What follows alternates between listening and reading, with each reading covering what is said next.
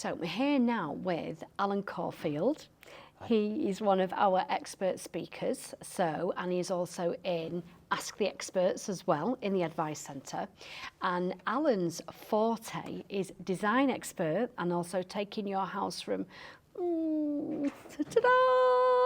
learning how to add value, how to work with various different budgets, and just to give it that feel-good factor. Would you say that's what it is? Yeah, we try to. Yeah. We try to where possible.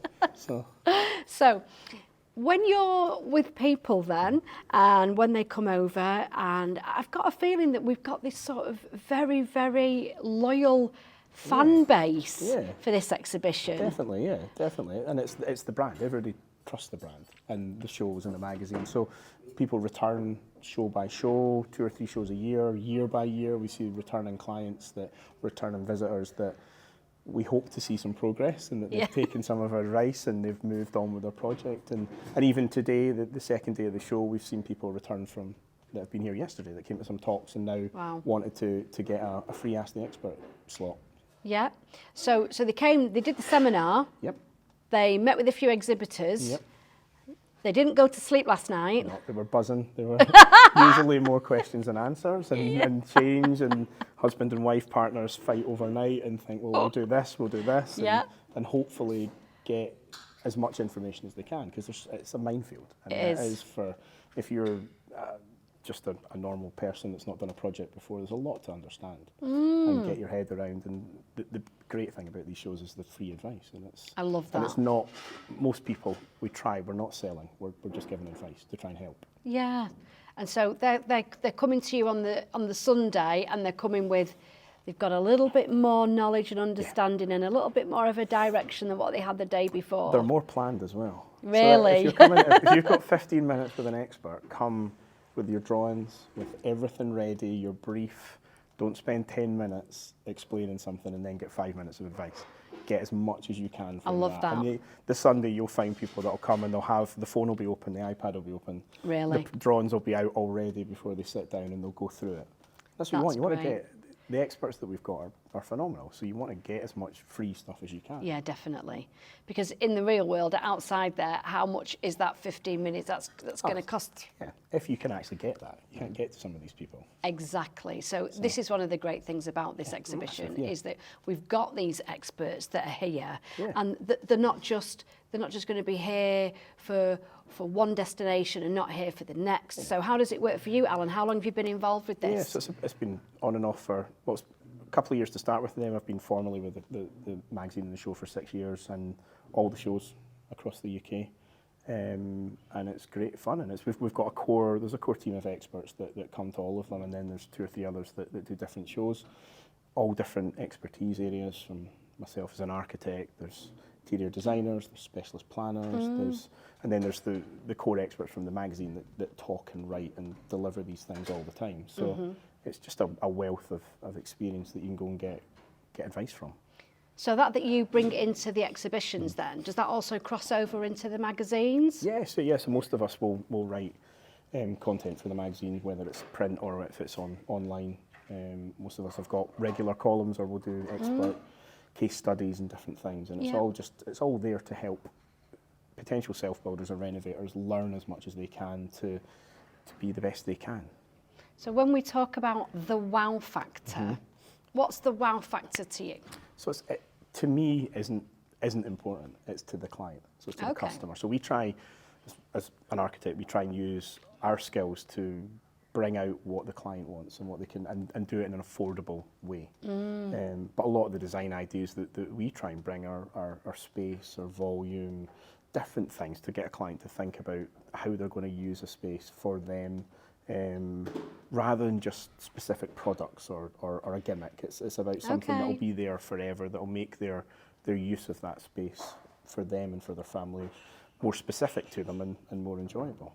So so they start off with a gimmick. They start off with a product. Yeah, I want that thing. And then we try and gear them in to say, well, actually, what is it that you really want out of this project? What's your brief? What's your requirements? What's your budget? How much can you actually afford of that? Yeah. And then try and tailor the design and the project to suit them then we can still integrate the gimmick or the product that they want. Yeah. And hopefully they found it at our show. Yeah. So that all helps. But yeah, it's about creating something for them that's lasting or that can change actually as their life and their family change. Okay, yeah. So it sounds as though we start off here Yeah. small, and then we work towards a vision and a lifestyle, exactly. and a potentially changing lifestyle. Exactly, and understanding what that is before you start. That's a Yeah. really important thing, getting that brief and your requirements right before you get too far down a road and realise you've gone down the wrong way. But do you have those people that come to you Mm-hmm. that got halfway down the road and when it's all gone wrong, Alan? Yes, regularly. What happens in those scenarios? Well, in an expert appointment, you've only got 15 minutes to try and fix Oh, something. So gosh. it's usually, there's very little that can't be undone. You might have to throw money at it, you might have Yep. to pause, you might have to change designer, you might have to change builder, you might have to pare it back. But a lot of the big things that we're seeing at the moment are people that have been designing a house over the last 2 years and everything that's happened with COVID, with Brexit. Cost increases have gone through the roof and they can't actually afford now what it is that they've designed. So it's then, well, how do you pare that back? And it's again going back to what's the minimum or what's the basic that they need, and then it's trying to work around with that.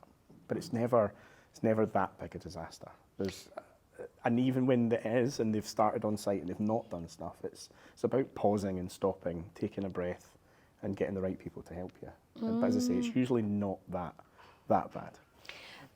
And you know what? So there's two themes that, after speaking with various different experts, that's coming through here. Number one is essentially don't run into it and do the planning. Yeah. This is just the massive statements that are coming from all these yeah. conversations. Exactly.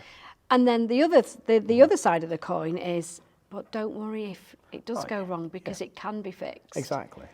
And coming to the shows, reading the magazine, reading the content, going to seminars, getting different books, learning, becoming the best customer, the best self-builder, the best client you can be will help you be educated to make that right buying decision, but also get you through the process and understand where the pitfalls are and where the challenges are and where things can go wrong and how to get around it. And when things do go wrong, if you've got a good team around you, they'll be able to fix it. And as I say, it's big thing people do is they rush.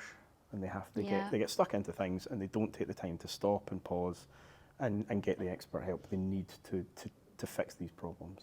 But that's the life we're in there, isn't it? It's the next, Yep. the next, quick. Completely, and there's usually in the life cycle of a project at the moment, things are getting held up by planning across the UK. There's nothing we can do about that. There's not enough planners. The system isn't set up right.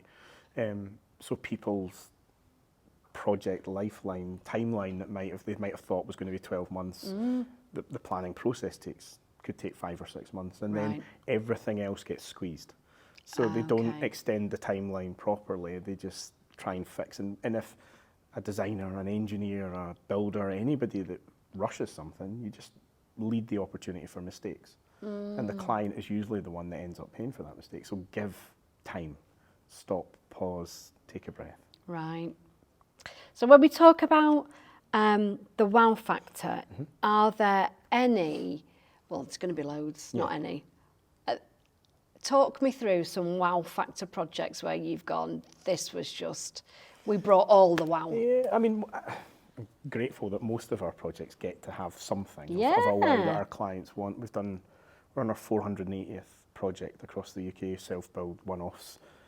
So we've done a lot of different features, and we've reviewed and refined and brought different features in. But it's mostly it's the space, it's the enjoyment, and we like seeing a client's face when they bring you in for that first time into that space, and we're trying to design for them. So we're interpreting their image and what they want, but it's their hard work that in a self-build that gets it there. So there's huge amount of pride that goes into build. So it could be a big volume atrium space where you work in with double height space or floating staircase or whatever, but most of it's done around a budget, so we're trying to prepare and pull things back so that it's not just done by specialists that cost a lot of money. The clients are getting involved and they're putting a bit of sweat equity into each of these design features so that they can get what they want. So there's lots of nice wow features, but it's more something tailored to them. Yeah, the that we personal really wow. get, that we Yeah. get the enjoyment out of as designers and seeing it through to the end. And it's because it's been driven by something that means a lot to them, or where they've had to put that extra time into it, or they've had to get that extra funding for it. Yeah, exactly. To see that vision. And it is about that starting point, well, we want to have this, and you pull it apart and say, well, why do you want to have that? And well, it's going to be for the kids, or we want to have this nice play space, or whatever it is that you then see through the design process. And when I give the wow factor design talk, it's a nice talk to be able to deliver to people, because you've usually got a couple of hundred people sort of smiling and nodding, going, well, we could do that. I thought, I didn't think we could do that. We could do that. And you're inspiring people to think about something slightly different. What time's it on at? I've just finished it. That's why I'm so happy. Darn it! I know. Come to the NEC, I'll be doing it 4 times. So. Well, we might be as it goes. But it's a fun thing to do, and it's also pairing it back to, well, this is a really expensive feature, but this is how we can do it on a budget, or we can do part of it. Yeah. And then you can put into place a phased development and go about it that way. Yeah. But I like the fact that you've gone, don't rush, make sure you get your time right. Definitely, yeah. And make sure you think about it right in the first place. Oh, exactly. Spend the more time you spend preparing on the drawing board or in the computer rather than on the site. Let's get it done right and then go on site, and don't rush. In England, we've got this system where we can put a notice to start work and start work the next day. Don't do it. Take your time, get everything prepared, think about it, and then we start on site. That sounds like key directions and guidance and information that everyone can take away with them from this whole process. So thank you very much for sharing that with us. It's been a pleasure. And it's been lovely to meet you. Yeah, lovely to meet you too, Dee. And I need to get myself into that seminar next time it's on. That's it, if you can find a seat. I know, right? Yeah, standing room only. Oh, definitely. Yeah. I've heard all about it. That's it. So get yourself to Birmingham and you'll be fine. So we might see you there then next good, time. yeah. So thank you so much. No, it's been an absolute pleasure. Yeah, thank you, my darling. Cheers. Here at SMJ Media Group, we are a non-profit company providing fun, free content for local businesses. If you like our content and would like to support us, please visit buymeacoffee.com/SMJ Media Group and buy us a coffee.